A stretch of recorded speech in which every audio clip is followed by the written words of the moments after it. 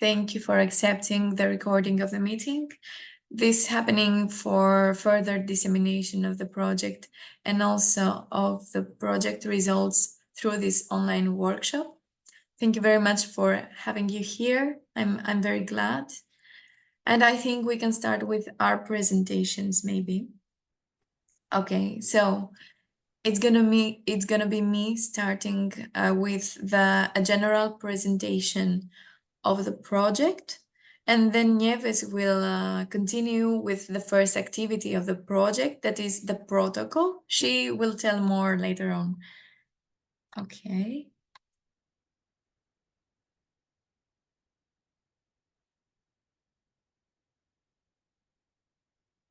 Is it visible? Great. Yes. Thank you very much.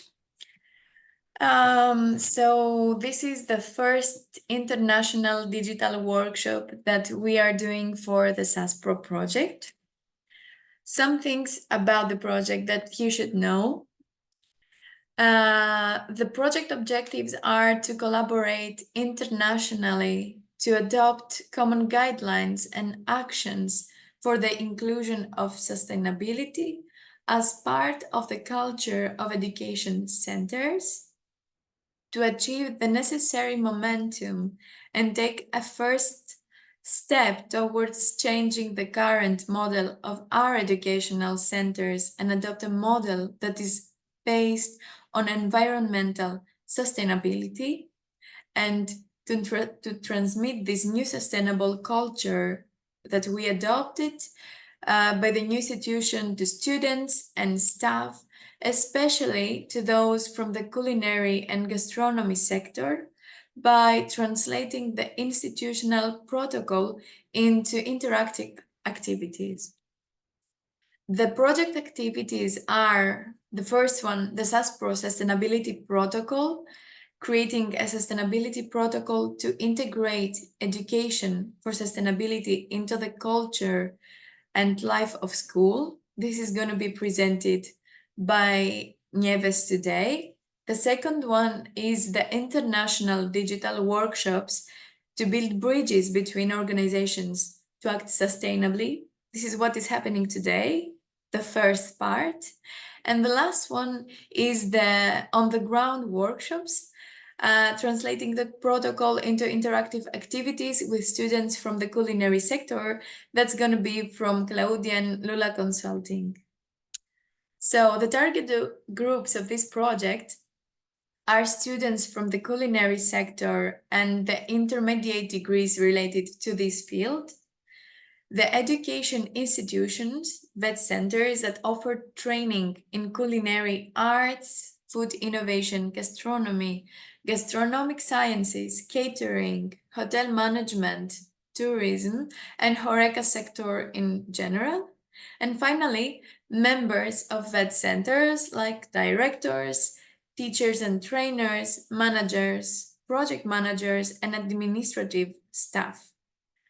The second target group are stakeholders from the sectors such as farmers, food suppliers, enterprises from the sector where students do their internships like cafes, restaurants, hotels, other local, regional, and international culinary centers, associations, and federations from the agri-food sector.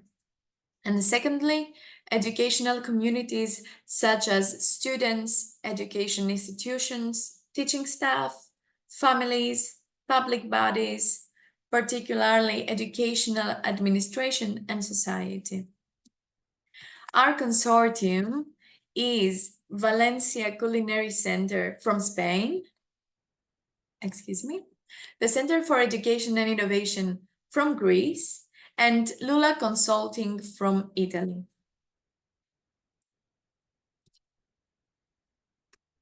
So this is a short presentation about our project. I would like to give the floor to Nieves to continue with the first activity. If you have any questions, you can ask during the presentations in the chat, or you can keep them for the end of the discussion. Thank you. Nieves, the floor is yours. Thank you. So I'm not sure, can I share my screen, or I will do make you it need to do post, it? maybe.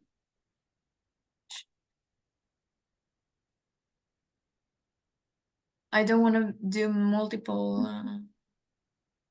Try to I think see. you can do it now. Yeah, I should be able to. So hopefully you're seeing my screen right now. Yes, it's visible. That's good. So yeah, thanks a lot, Claudia. As she was saying, in this project, the first activity was a protocol. The main idea is to with this document is to give some pointers, let's say for vet centers that they want to create their own sustainability program and they want to do it in-house. They don't want a company to do it, so to have like a few pointers. For doing this, what we did is we created a first document that has information on different areas that can be interesting. And then at the end of the protocol, we have a template for the vet center to fill and to have their own, like, let's say, basic product. These are the points that are discussed in the protocol template and guide. First of all, we have what does it mean to the consortium? Why do we think it is important for us, sustainability? This I will not be very we have a lot of time on this because it's in the document. I don't know if you have read it. If not, we can share it with you. But we have different reasons, and maybe if you are not sure of whether sustainability may be important for you, this is also a good way to see like, okay, so this is like, this makes sense, so I can get on board with that. And then we start with, let's say, like the content of. So this protocol has different areas. The first areas, they are a bit theoretical, but at the end of each point, you have some examples or some activities that you can do to implement in your vet center. The first point of all discusses training for the future. This point discusses how it's necessary for all the citizens to understand that the consequences of their actions have a consequence on the environment. And this is not only relevant for adults because, like, for example, people, the ones that we are here right now, I guess we understand that sustainability is important, that our actions have a direct effect on the environment and on our planet. But this is also very important for the future generations, for the students, like from primary school to vet education to university, because their actions are also impacting the environment. And if they understand since they are very little, the consequences of their actions are going to be a lot more positive. So in this point, we talk how it's very necessary to create a training method that is effective in integrating sustainability in the daily routine of all citizens, regardless of their age. What points are important in this case for vet education? That right now, in most countries in the European Union, there is a lack of a common structure method to integrate sustainability in vet centers. And the sustainability education in many schools is taught inside of other subjects. It's not like the core point of any topic, let's say, because legally it's not there yet. In some countries it is, but in others it is not. So the vet centers need a formal route to integrate sustainability, but unfortunately, in some cases, they do not have it yet. For this, we need to find like alternative ways, but still, we always need to consider that the actions that we carry out in the vet center, if they are sustainable, we are like giving an example for future generations to take responsibility of their actions and to discern of the importance that their changing in the behavior is going to have in their future life, also in the quality of life that they are going to have. And after like discussing all this, what we provide is a series of tips or things that we have found all over Europe in vet centers, in some even restaurants or organizations that are useful for them. And are good in integrating sustainability. So these are some of the examples: creating a sustainability group inside the school, set recycling points, create an urban garden if you have the space or the option, having campaigns of energy saving or waste management, even like making contests on the kitchens of the school for waste management, or even field trips to relevant institutions. So for example, recycling points like for the entire city, things like that, so they see it and they understand it.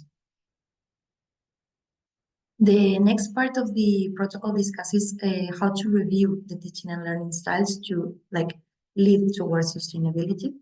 So there are two levels, let's say, in which we can do this. Of course, we can do it formally, incorporating it in the curriculum, and we can also do it informally, incorporating it in class activities. The formal area is more difficult because, as I just said, it depends a lot of the government on how the education government is establishing the curriculum of the classes and whether you can formally introduce it or not. So sometimes in some countries you have some room in your curriculum where you can have topics that you consider interesting, and this is a good way of introducing sustainability. But if you cannot do that, the other option is doing it informally. So this means having activities that are not necessarily part of the formal training, but still they are being taught to the students. So for this, it's very necessary to review how the teaching and the learning style is programmed in the center to see if it's possible to do that informal integration.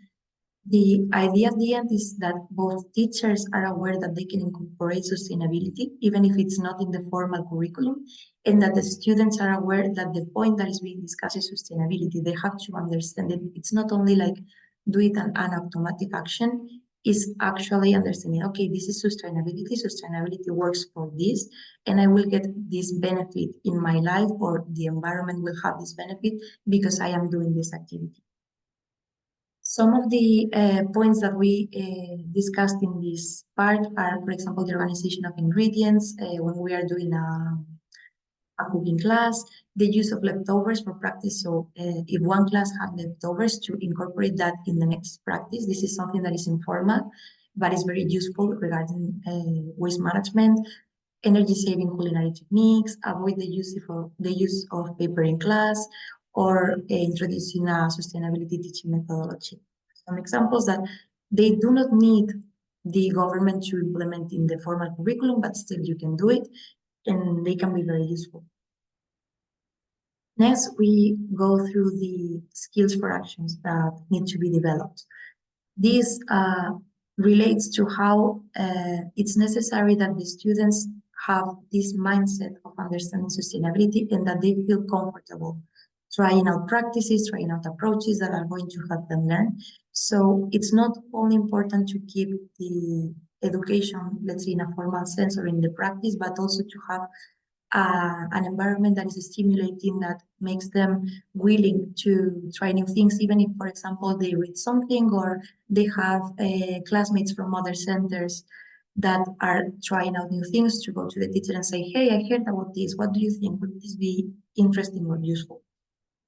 And here, some examples that could help is the coordination of work among teachers, so that every single idea that is inside of the vet center is being discussed among the teachers, and at the end, all the classes are going to benefit from them.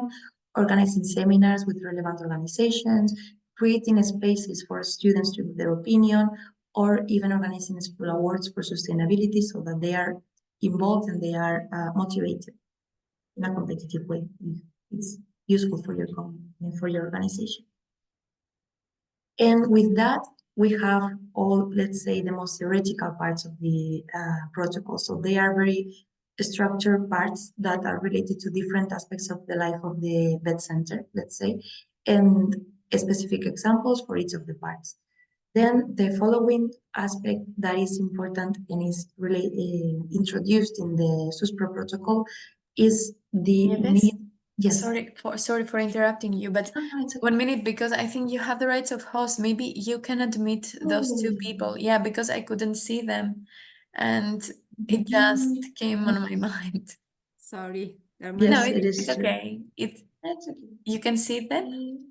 Yes, I Okay, just great. added Sorry. them. No, it's okay. I didn't even notice because I have two screens, so Yeah, it I was in know. the other screen. I didn't see it. Thanks. Thank you. Yeah, thanks for letting me know.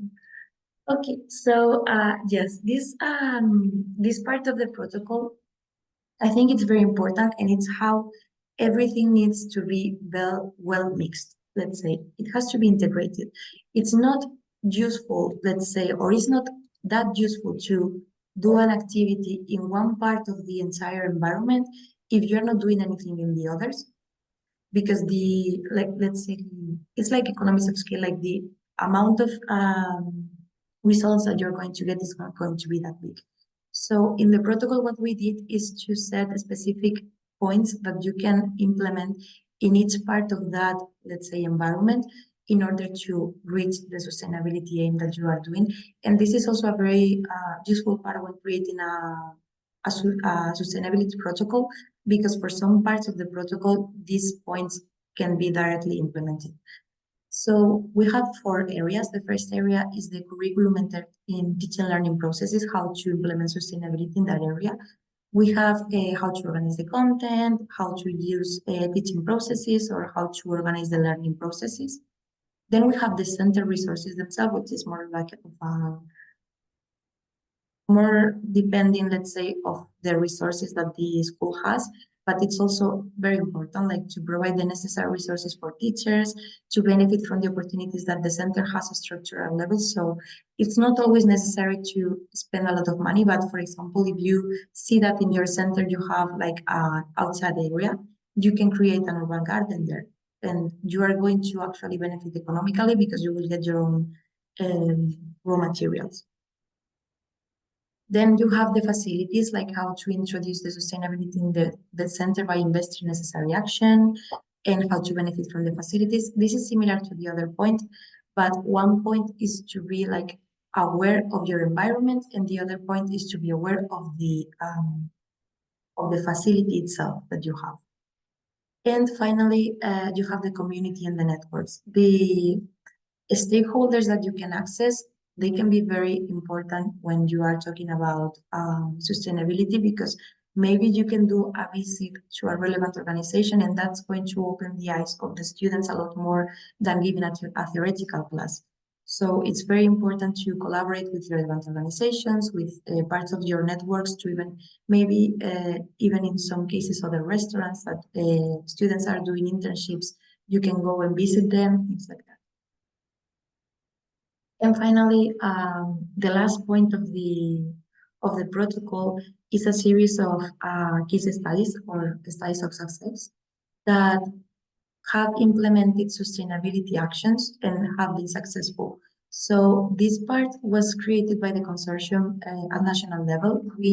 What we did was to search for examples in each of our countries for different topics, and I think each of us will talk a bit about them because we know them better since they are from our countries. But they are a very good example of how sustainability can be added to the organization routine, not necessarily having to invest like a lot of money. And they can also be a way of seeing the benefits that they can have.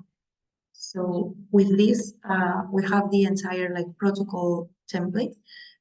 And the end of the protocol is the template itself, which is an annex. And if you are interested, I really, really think you should take a look, because it's useful to at least start going in the direction to create your book.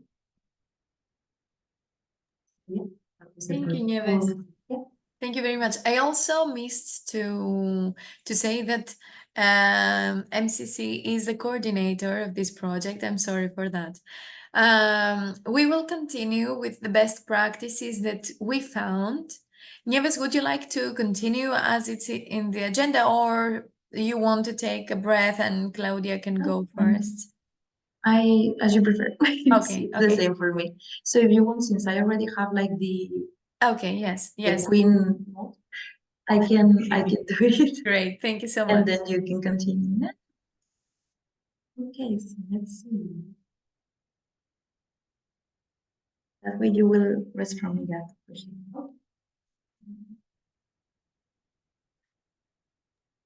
We can see the presentation.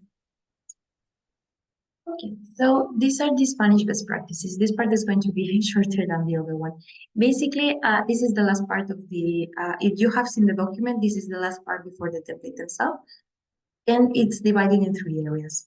These are like the 3 areas that in the project we thought were more relevant regarding sustainability. Also very important, when we talk about sustainability in this project, we talk about environmental sustainability. So everything is related to that. The 3 areas we discussed are the importance of recycling, how to tackle food waste, and the energy consumption in the kitchen. So for Spain, regarding recycling, the example that we found and is really interesting is one of our main thematic parks. It's called Portaventura. I don't know if you have been to Spain, but it's kind of famous for nationals. And it has 3 different parks inside of it, and it has around 20 areas. And the areas include traditional restaurants, fast food restaurants, takeaways, food services of other types. So they have a lot of space related to food that can be useful. If you do a sustainability action, you can like earn a lot.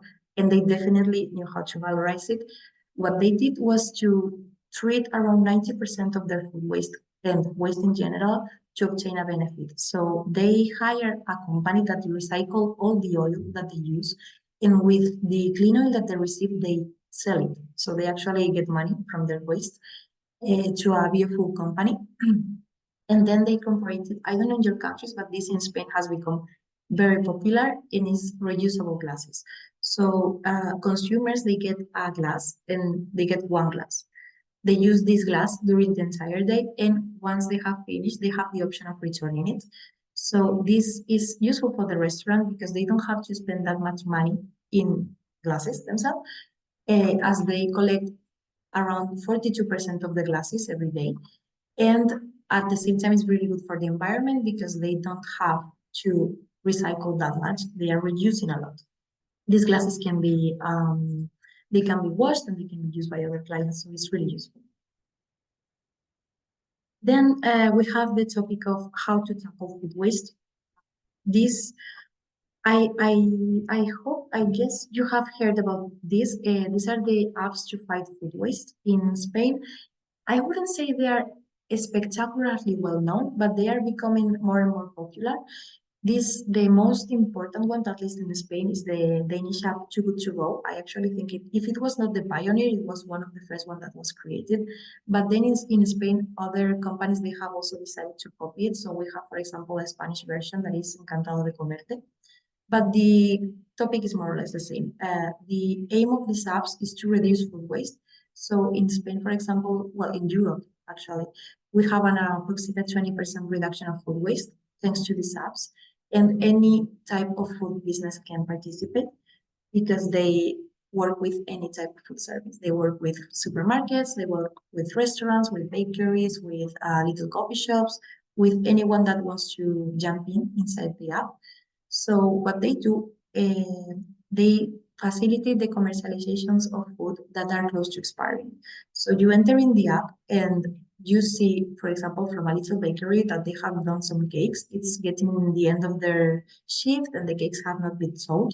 They cannot keep the cakes, they have to throw it away. So instead of throwing them, they sell it through the app at a lower price. So it's a win-win situation. The consumer gets food at a more competitive price, and the organization avoids both the food waste and also like the money they are going to lose, because at the end this is a product that they have created that they are going to throw, and they have spent money on the raw materials. So it's a really interesting way to avoid food waste, and it's becoming more and more popular, at least in Spain. And finally, the third topic for Spain, well, for all countries, but in the case of Spain, which is energy consumption in the kitchen, we use the example of a chain that is called One. It's a chain of restaurants, and they have worked a lot in energy reduction, especially light and water consumption. They did some small investments in all of their restaurants, but they are getting like a lot of save, both monetary and energy speaking, because especially with the energy crisis, everything that was related to controlling light was very useful for everyone. The reduction of water was done through control of the taps. So thanks to that, they are reducing all the restaurant expenses because, of course, they were using a lot of water in the kitchen, but also in the toilets and things like that. And it also encouraged a more responsible use of limited resource. And with the reduction of light consumption, they introduced a light sensor in every restaurant, but also they introduced LED lights. And in some cases, if they have terraces, they also did some updates to the lights that they were implementing in the terrace. So they could reduce the light and the water in the kitchen, in the restrooms, in the bars, in the terrace or the garden, and in any outdoor facilities. And they have had a really big save, both environmentally speaking and monetarily speaking. So these were the examples for Spain. As you see, some of these actions can actually be implemented in any vet center. They are not that expensive. Some vet centers are already implementing it, but they are really, really useful. That's me. Thank you very much, Nieves. Thank you. Who wants to speak? And I will give you the power. I think Claudia can go first. Yeah, she is first. Okay. Yes. Esther, did you have a question? No, I saw Esther's hand rising up. Okay. I was clapping. Yeah, you have a question? No, okay. Okay.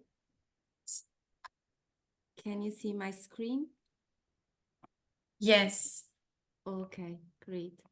Just give me a second. I will. but we cannot hear very well, to be honest. Can you be a little bit loud, or maybe the Yeah, now can you Yeah. hear me it's better? better? Uh-huh. I'm sorry, I don't know why. Now? Yes, it's okay. It's okay. Okay. I will try to speak loud. Hi, good morning. I'm very happy to present you the 3 Italian best practices that we identified and selected during our work on the protocol together with my colleagues from Spain and Greece. The Italian best practices topics are the same of the ones that Nieves introduced you for Spain. So the first one is about the importance of recycling, and it's the around circular model. The second one is about how to tackle food waste, and it's the case of Bella Dentro. And the third one is the energy consumption in the kitchen, and Casa format is the case we want to talk to you about. So we can start with around. What is around? Around is a circular and digital food packaging system created to eliminate waste in a smart way and in a way accessible to all. What did they do? The founder of this startup wanted to change up the world of takeaway food through the diffusion of an innovative, smart and reusable kind of packaging for takeaway and delivery. How does the around model work? This model, as I said, is based on a digitalized returnable packaging system. So the process works this way. You have to download the application of Around and register into the application.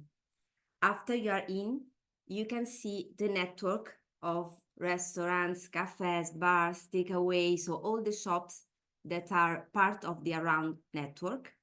And you can go there and rent a reusable food container. After that, you can use the container for your meal and you can use it for 7 days.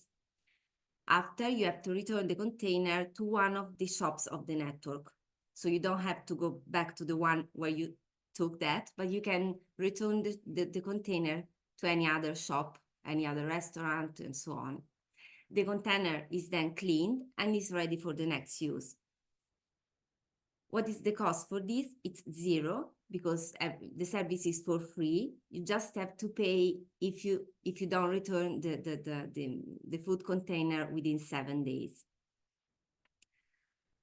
This is a circular model. model, and it works very well because in this way, the use of disposable packaging in takeaway and deliveries is significantly reduced. And also you can save, there are savings in terms of CO2 emissions because you don't have to produce new packaging, you don't have to create new packaging. So this is a model that is, so the around special food containers, why they are so special? Because they are made of propylene plastic and is easily recyclable. So also after the use, you can recycle them very well. They are BPA-free, leak-proof, insulating, and heat retaining. They can be used in the microwave, in the freezer, and in the dishwasher. And they can be used at least 2,000 times before you throw them away. So they are very resistant, and they are not like paper and other kind of packaging. At the moment, the Around network has got 28 active venues, 500 app downloads, and 200 active users. The goal of the startup and the goal of this of the owners is to involve more and more venues, and so to spread the model through Italy and through Europe. If you want to have a look to the app and to the philosophy of Around, you can visit their website. That is here in the slide. It's arounders.it, and you can look at how does it work. The second case is about tackling food waste, and this is the best practice of Bella Dentro. Bella Dentro in Italian means beautiful inside. This because every year in Italy and also in Europe, I think, farmers leave around 4% of the total fruit and vegetable production in the fields. It's about approximately 1.4 million tons of food that are basically thrown away because they're not beautiful enough, because they don't meet the aesthetic criteria imposed by the large-scale retail trade. But Bella Dentro, so the aim of this system is to restore the dignity of products classified as waste because they are aesthetically imperfect, they are not beautiful enough, by promoting a distribution chain that is alternative to the traditional one, more ethical and sustainable, so that they rebuy vegetables and fruits from the farmers, and they sell it to smaller shops, to small supermarkets, and to everybody wants to sell them, even if they are not so perfect. They promote these sales through communication activities, and they try to create awareness and to raise awareness about the importance of the quality and taste and the nutritional properties of foods, not just their aesthetic impact or how they look like when they are in a supermarket. Bella Dentro also decided to create a line of processed products, like, example, marmalade and other kind of products, made fruit juice and so on, made from the saved products. So this is another way they give new life to these products, and also they created a few years ago, they opened in Milan the first sustainable and zero waste fast food, where they sell and they use fruits, vegetables, cereals, eggs, legumes that are considered imperfect by the big distribution chain, and that can be cooked and transformed into tasty recipes and a tasty lunch break food. If they receive orders from the city, from people around the city, they use electric means to move into the city. So you can see a motorbike in this slide. So they try to be more ethical and sustainable possible. And this is something very, very innovative in Italy. We don't have so much this kind of fast food. It's something very, very new and very, very, very nice and creative. And the third case, the third best practice we have found and we really, really liked is the Casa Format, a self-sufficiency culinary project. Casa Format is a restaurant which is in the province of Turin in the north of Italy. And they are self-sufficiency from an energy point of view, because all the building of the restaurant is eco-compatible and all the practices, all the way they work is driven to sustainability. The restaurant is made entirely by wood and was built in Class A with Casa Clima certification, and it has got several aspects that make it very sustainable. In example, electricity is produced thanks to the photovoltaic system, so they have solar panels. The air conditioning system uses the principle of geothermal energy, so the fresh air comes from the underground. They collect rainwater to irrigate the garden. They have a system of LED lighting, and they try to save energy using this kind of lights. And the interiors are furnished with natural materials made by craftsmen and with respect of the materials and of the process of building and the furnitures. Next to the building, they have a 2,000 square meter natural vegetable garden. So the menu is always based on seasons, and the chef uses products from the garden. So they also offer many vegetarian options, and they try to use natural food as much as possible. For all these reasons, Casa Format was one of the first 12 restaurants to receive the Michelin Green Star in 2020. I don't know if you have ever heard about this. It's like a Michelin star, but it's based on the sustainability of the restaurants. So it's a very prestigious recognition that rewards the restaurant that make the best commitment to sustainability. And the one has been just reconfirmed in 2023 as an award for their commitment in sustainability and their effort to be eco-friendly, which is not so useful in Italy.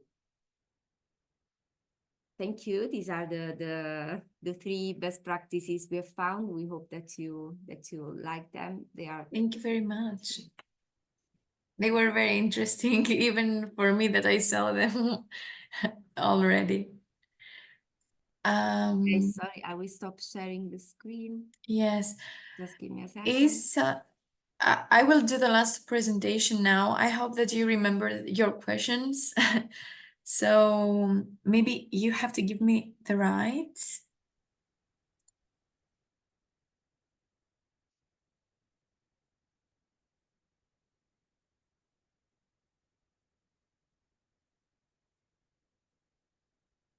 Claudia? Can you give me the rights for the presentation?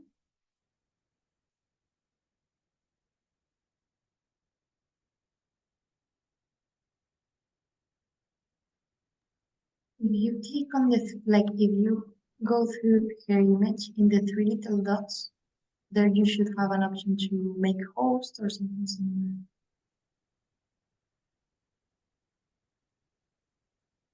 You're muted. Yes, you're muted. Okay, it's okay. Thank you. So you can see my screen. Yes. Great. Thank you. So these are the best practices for Greece. The topics are the same again. And let's start with the first one, that is the importance of recycling. We found a company. The name of this is Revive. Revive company specializes in the collection of used cooking oils, ensuring their safe and legal disposal for industrial purposes.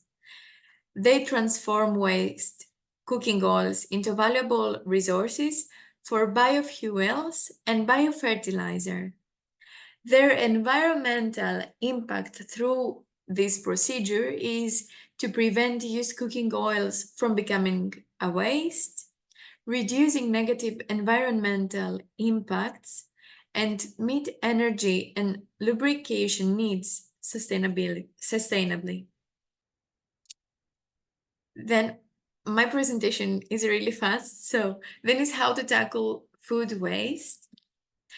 Here we have the Borume. Borume means we can, it's in Greek, and it's a collaborative initiative to decrease food waste and enhance food donations. So Borume is a non-profit organization dedicated to cutting food waste and addressing malnutrition in Greece. Their goal is to spark a social movement that reduces food waste and boosts nutritional assistance for those that are in need, driven by volunteer support. Here we have some programs they work on. It's saving and offering food. Every meal matters. Borume at school, Borume at the farmer's market, Borume gleaning, Borume in the neighborhood, we are family, and no food waste. They have a lot of programs. And finally, the energy consumption in the kitchen. To be honest, it was a little bit hard to find a case study for this one.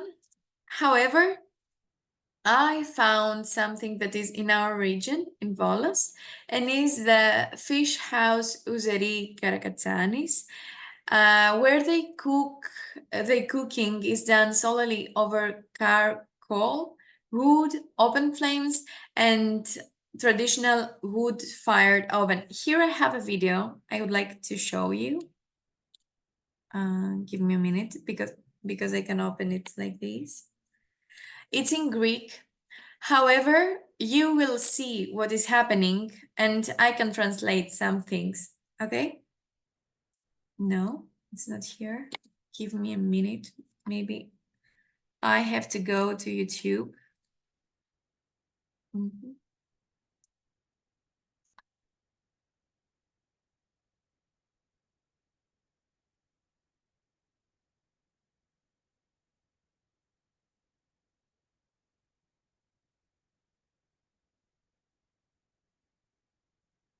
Okay. You can see my screen? Yes. Okay, great.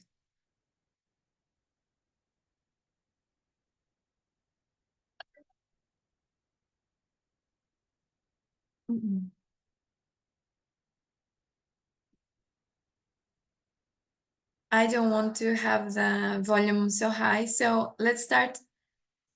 You can see here the systems they use. It's like this. Here they have the oven. Here they can grill, and they can also make what is the name? When you do some smoked vegetables and things like that through this system, because it works all together. Now it says that there are subtitles, so maybe I can put the video. Can you hear? Γεια σας, είμαι ο Τιμολέων Διαμαντής, είμαι σεφ και συνιδιοκτήτης από το Yes. Ζεύτη Καρακατσάνης. Όταν ξεκινήσαμε να στείλουμε το μαγαζί μαζί με τον συνέτερό μου, είπαμε ότι θα μαγειρεύουμε αποκλειστικά σε ψιλοκάρβουνο. Οπότε απευθυνθήκαμε στη ρόστερ και είπαμε ότι θα δουλέψουμε ένα αργεντίνικο γκριλ στην παρίγια και το ξυλόφουρνο. Εμείς έχουμε κάνει αυτό το setup, έχουμε το φούρνο μας και την παρήγια μας εδώ πέρα, δίπλα-δίπλα, και αυτό που μας βολεύει πάρα πολύ είναι ότι μπορούμε να κάνουμε πολλά πράγματα ταυτόχρονα. Όταν μαγειρεύεις σε ανοιχτή φωτιά, σε κάρβουνο, βρίσκεις και κάτι διαφορετικό. Έτσι, τον τελευταίο καιρό βρήκαμε πώς να κάνουμε καπνιστά λαχανικά. Αφαιρούμε τις πάνω χάρες που είναι για αναμονή και τι κάναμε, αυτά βγήκαν πάνω στη δουλειά. Πήραμε διάτρικτα σκεύη. Ας πούμε, κάνουμε εμείς ένα καπνιστό τρουσί κουνουπίδι, οπότε αφήνουμε τα φύλλα πάνω και αυτομάτως από τον καπνό μπορούμε να ρίξουμε ρίγανη, μπορούμε να ρίξουμε θυμάρι, μπορούμε να ρίξουμε κάποιο άλλο έντονο αρωματικό για να καπνίζονται τα κουνουπίδια μας. Ο πιο σημαντικός λόγος που διάλεξα την παρήγια είναι αυτός εδώ. Η κίνηση που έχει το μηχάνημα με τις τροχαλίες μπορούμε να ελέγξουμε την ταχύτητα ψησίματος από το προϊόν μας και πόσο έντονο θέλουμε να είναι το ψήσιμο. Πάμε να ρίξουμε και ένα ψαράκι και πάντα, επειδή μαγειρεύουμε με κάρβουνο, βάζουμε λαδάκι, ηλιέλαιο και χοντρό αλάτι. Και βλέπετε ταυτόχρονα πόσα πιάτα μπορούμε να κάνουμε. Από την άλλη πλευρά μπορούμε να πιάμε τα λεμόνια μας. Και πάμε να σας δείξω λίγο τι κάνουμε το ξυλόφουρνο. Ο καθένας δουλεύει με ό,τι θέλει. Θέλεις μπρικέτα για ένταση, θες κάρβουνο για διάρκεια, θες ξύλο για κάπνισμα, ό,τι θέλεις. Εμείς δουλεύουμε παράλληλα κάρβουνο και ξύλο και πάμε να σας δείξω πώς κάνουμε καπνιστές γαρίδες.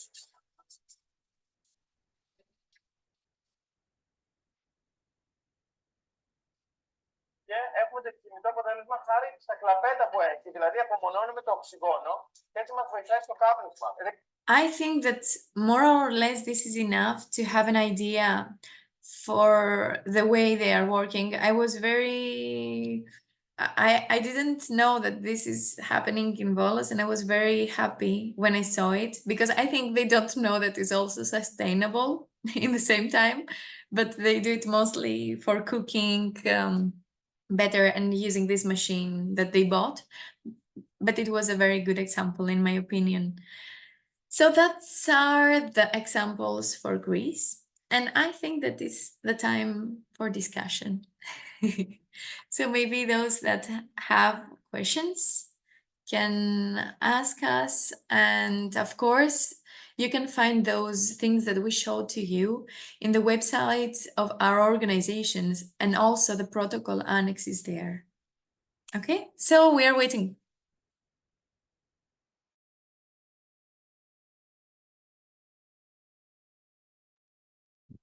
Se c'è qualche domanda, siamo disponibili. Just translating.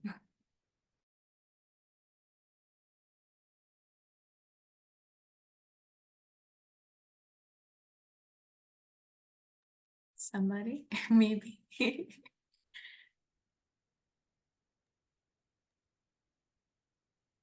I found the model, the best practice that Nives presented for the thematic park very, very interesting. Sometimes I see that in Italy we do that. It's not so popular, this kind of system. Sometimes maybe in concerts, music festivals, and so on.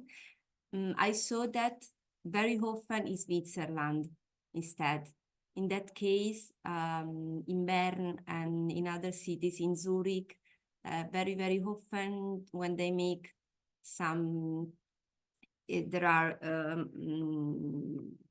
like fairs or concerts or other kind of occasions where people is around and has to drink, and you can pay maybe just €1 for the glass, and then you decide if you want to return it or not. And I found it very, very clever. First time I saw that in Switzerland, to be honest. Yeah, here we're using it a lot in festivals, especially what they do is to get them to return it is that depending on the type of drink, it's a different size of the cup. So you pay for the first one, but you can return it and get the other type of the cup. So that way they make sure that they are returning everything and they can wash them and use them again. Okay. And you don't want to spend more than one time because they are expensive. So Yeah, that's the trick. Okay. Because More you're, of a, yes. it's more of a comment than a question. Ah. Thank you for the presentations. They're very interesting, and and I would like to point out something that it's very interesting when companies do and adopt to sustainable practices without knowing it. It will be very interesting. Sometimes entrepreneurs choose to be green without even noticing. And it's very interesting, and I believe that it would be very nice to do more research in this field, like the situation with the restaurant in Volos. I'm sure that they don't know and they don't do it because it's green, but because it's more tasty. So it's interesting and it's fun in some way. So it would be very interesting to see more case studies like this. Green practices without understanding and noticing something like this. It's true. Thank you for the comment. However, I would like to ask something because we don't receive many questions. Maybe you can tell us about best practices that maybe you know in your countries and you would like to talk about them, that they are relevant, of course, with the culinary sector. If you don't want to say something else, this is a question from my side.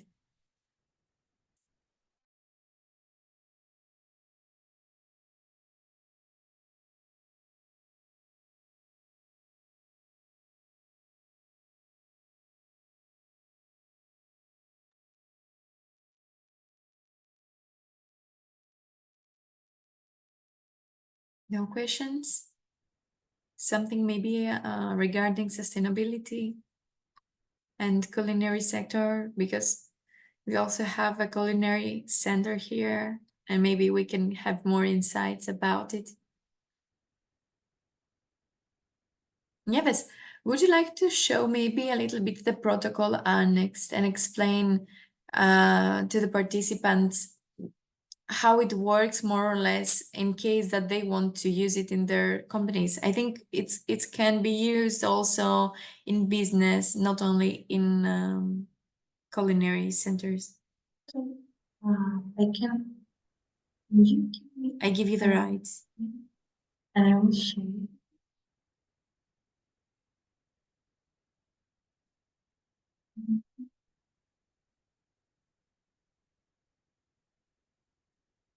So I don't know if you can see this right, but this is basically the protocol. It is divided in the topics that I mentioned in the presentation, so you will have more or less the same information. And a little bit like more extensive, of course, but we have first the why we are interested in sustainability and then each of the points. So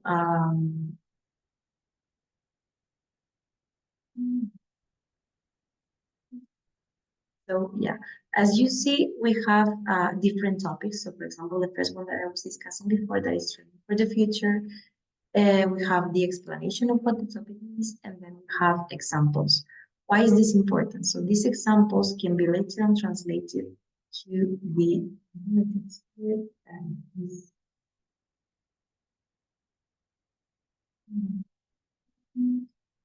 and I will share with you the other document.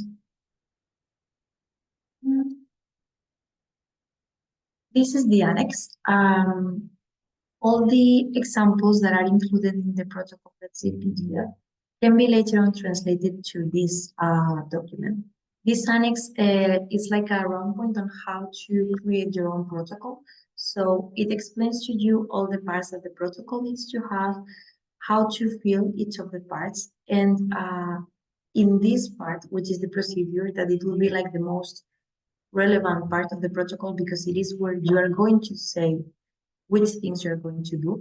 In this part is, and in this part in execution is where you can actually translate the examples of the protocol PDF, you can translate them here, but incorporating your own needs, or modifying them to the needs of your organization or vet center. And this, as Claudia was saying, this type of template is based on a regular protocol for any type of content, any type of topic, and it can be used either by vet centers, by organizations, companies, NGOs, anyone that is interested in creating.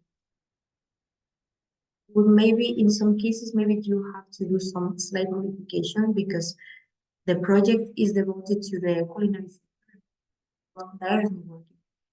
Some parts will not be useful for you, but still it can be used by everyone. And that is basically the template.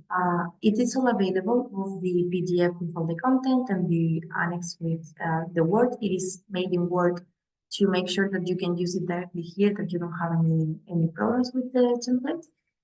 And of course, if you have any questions either now about this template, or if you in the future decide to use it and you have any questions, you can contact any of us and we can help you. It takes a bit of time, but it's not as difficult as it seems. Like we created, when we were developing this activity, we decided to create the protocol of our own school just to check that the template worked. And at the beginning, I was creating and I was like, oh my God, this is going to take so much time. But then once you start feeling it, you see that it makes sense and that it's easier than. So if you're interested, just give it a try. Thank you, Nieves.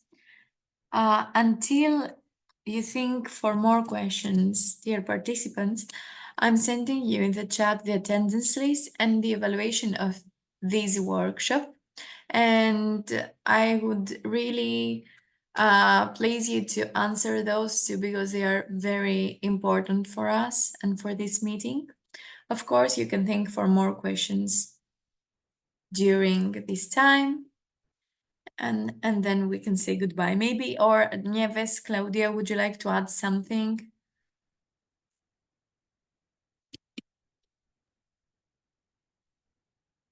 No, thank you No, to thank everybody for participating. I think I know from my Italian colleagues, maybe English is not the best language to follow this kind of conferences, but I thank you very much for the effort to stay with us and to participate to this first workshop. Yeah, I see the same as Claudia. Thank you so much for spending the time to all of you here, listening to us, and hopefully it will be useful for you, or at least interesting. Thank you very much. So we give you 5 minutes to complete the attendance list and the evaluation form, and then you're free. Thank you so much for participating in the meeting. Translate, c'è un link nella chat del meeting per registrare la propria presenza, se potete cliccare e riempirlo. Grazie mille. Just translating and copying the link again. Sorry, you did it. Sorry, Claudia, I didn't do it. The attendance list and the evaluation form, they should fill in both, right? Yes, both.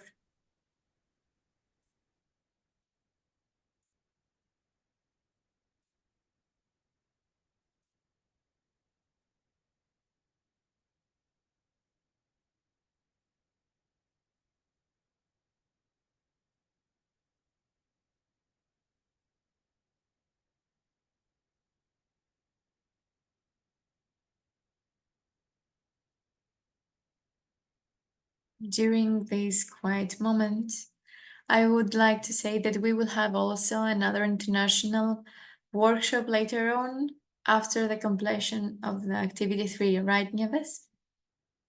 Okay, so if you liked it, I'm just saying it so you can have it in your mind, but of course we will disseminate it and we will contact you.